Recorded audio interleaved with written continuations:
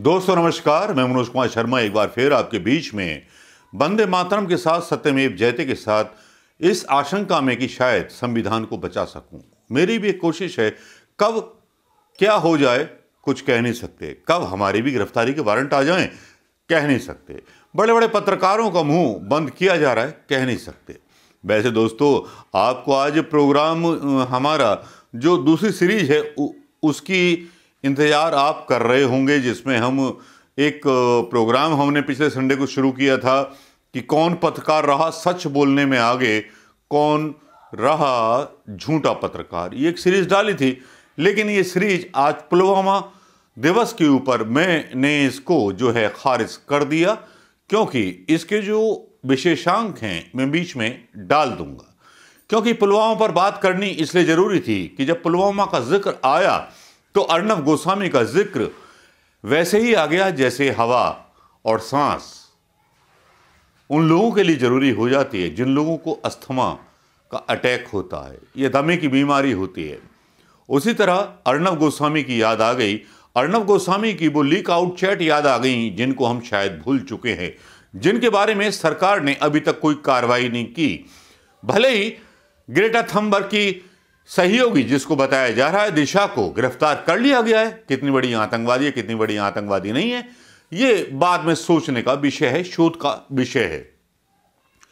किसान आंदोलन के ऊपर जो टारगेट किया जा रहा है वो वाकई में एक शोचनीय दशा है। लग रहा है कि फिरंगियों की सरकार है और लॉर्ड हेस्टिंग्स की सरकार है जो भारतीयों पर अत्याचार कर रही है आवाज उठाने के लिए। उस टाइम पर भी आवाज उठाने के लिए एनी बेसेंट नाम की एक महिला थी जो ब्रिटेन की थी, जिसने कांग्रेस की स्थापना की थी, लेकिन उसको तो देशद्रोही किसी ने नहीं बोला। लेकिन आज देशद्रोही हर उस हिंदुस्तानी को बोला जा रहा है जो अपने अधिकारों की बात संविधान के दायरे में रहकर के बोल रहा है। चलिए इस सीरीज को आगे बढ़ाते हैं दोस्तों। बात कर रहे हैं अर्नब गोस्वामी की। अर्नब गोस्वामी जिसकी चीट्स, जिसके चैट, व्हाट्सएप चैट आउट हुए पुलवामा के शहीदों के बारे में। आज पुलवामा के शहीदों के बारे में बड़े लोग गर्वित होते रहे। सिंधिया जी बोले बड़ा गर्व है, सब बोले बड़ा गर्व है, लेकिन सवाल आज भी वहीं मुंह ताक करके इंतजार कर रहे हैं उस डीएसपी गुरजिंदर सिंह का जो आजाद कर दिया गया, जिसके पास आरडीएक्स था। और आरडीएक्स कौन लेके आया था, वो कहां का बना हुआ था, इस आरडीएक्स पर खुलासा एक सोशल मीडिया पर होता है। एक महानुभाव सेना के ही दावा करते हैं आरडीएक्स नागपुर में बना था। और दूसरा, आपने देखे होंगे शंकर बाघेला के वो ट्वीट्स, वो वीडियो जिन पर उनकी गिरफ्तारी नहीं हुई। इसका मतलब वो सच बोल रहे थे शंकर बाघेला, उनके पास सबूत भी होंगे, इसीलिए उन्होंने बोला कि गुजरात की गाड़ियों में वो आरडीएक्स गया था। 500 किलो आरडीएक्स गया कहां से, ये वीडियो में यहां डालना चाहूंगा जो महानुभाव बोल रहे हैं कि नागपुर में आरडीएक्स बना था। और नागपुर क्या है क्या नहीं है ये आप जानते हैं दोस्तों। उसके बाद अर्नब पर सवाल शुरू करते हैं, पहले ही वीडियो सुन लीजिए। करके बाबरी मस्जिद गिराई, फायदा किसको हुआ? गोधरा हुआ, फायदा किसको हुआ? अहमदाबाद किया, फायदा किसको हुआ? पठानकोट, उरी, पुलवामा, बालाकोट, जो भी हुआ फायदा किसको हुआ? तो जिसको फायदा हुआ उसने ये करवाया। तो पुलवामा का जो आरडीएक्स है, आपको मालूम है कि नहीं मालूम? उसका मैन्युफैक्चरिंग लेबल मिला वो नागपुर का है, वो नागपुर का है, यानी हमारे देश का आरडीएक्स है। 18 बॉम्ब स्फोट हुए, सभी संघीय ने किए, उनके पदाधिकारियों ने किए, फायदा किसको? तो ये जो देश में अशांतता फैलाने का काम हो रहा है, तो हमें सोचना चाहिए उसके बाद फायदा किसको हुआ। तो ये उनकी, अभी भीमा कोरेगांव पे आता हूं मैं, जो मैंने आपसे पहले प्रेस कॉन्फ्रेंस में बात करी कि रोटी, कपड़ा, मकान, स्वास्थ्य और शिक्षा, इसी के इर्द गिर्द हमारी राजनीति होनी चाहिए, ना कि हिंदू मुसलमान, ना कि भारत पाकिस्तान, ना कि भारत कश्मीर, ना कि लव जिहाद, ना कि घर वापसी। ये जो सब फालतू बातें हैं इस पे हम उलझा रहे हैं। इसीलिए रोटी, कपड़ा, मकान, स्वास्थ्य और शिक्षा की तरफ हमारा ध्यान नहीं जाता। तो ये वीडियो आपने देख लिया होगा दोस्तों, 2 मिनट का ये वीडियो है। इस वीडियो पर अब बहस कर सकते हैं या इस पर चर्चा कर सकते हैं। क्या इस वीडियो को किसी ने दिखाया? अर्नब गोस्वामी ने अपने आप को, खुद को क्रिटिसाइज किया। अपने आप को देशभक्त होने का दावा करने वाले बहुत सारे पत्रकार जो स्वयंभू हैं, जो अपने आप को देशभक्त बोलते हैं और जो मोदी सरकार से सवाल पूछता है, उनको देशद्रोही बोलते हैं।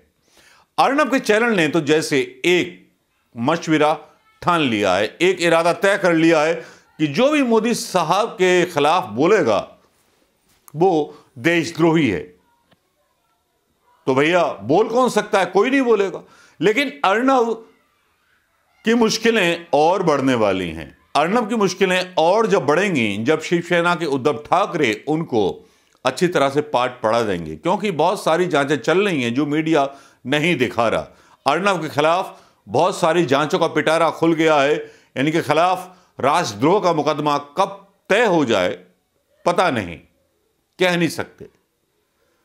लेकिन आज जैसे ही पुलवामा की यादें आईं, राहुल गांधी ने ट्वीट किया, सारे नेताओं ने ट्वीट किया, लेकिन 40 लोगों के शहीद होने पर आज भी वो हत्यारे दूर हैं जो लोग इस कॉन्स्पिरेंसी में शामिल थे। क्या दोस्तों आज ढंग से खाना खा सकते हैं 2 साल बाद भी?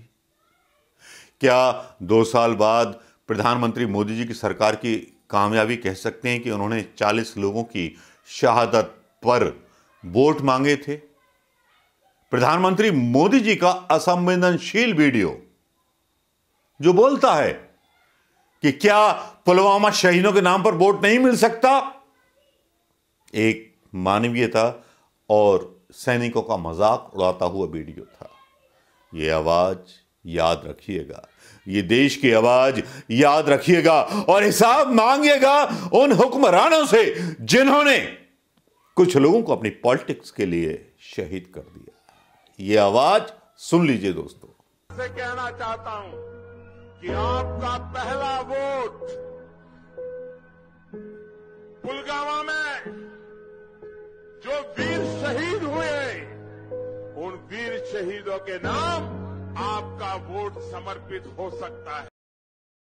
ये आवाज भी सुन ली होगी। अब प्रधानमंत्री मोदी जी से मैं ये पूछना चाहूंगा कि जो सीमा पर खड़ा रहकर के सैनिक अपनी जान दे देता है, 20 सैनिक चीन पर जान दे देते हैं, वहां आप समझौता कर लेते हैं, और पुलवामा में शहीद हो जाते हैं, वहां आप समझौता कर लेते हैं, पाकिस्तान के ऊपर कोई बड़ा अटैक नहीं करते,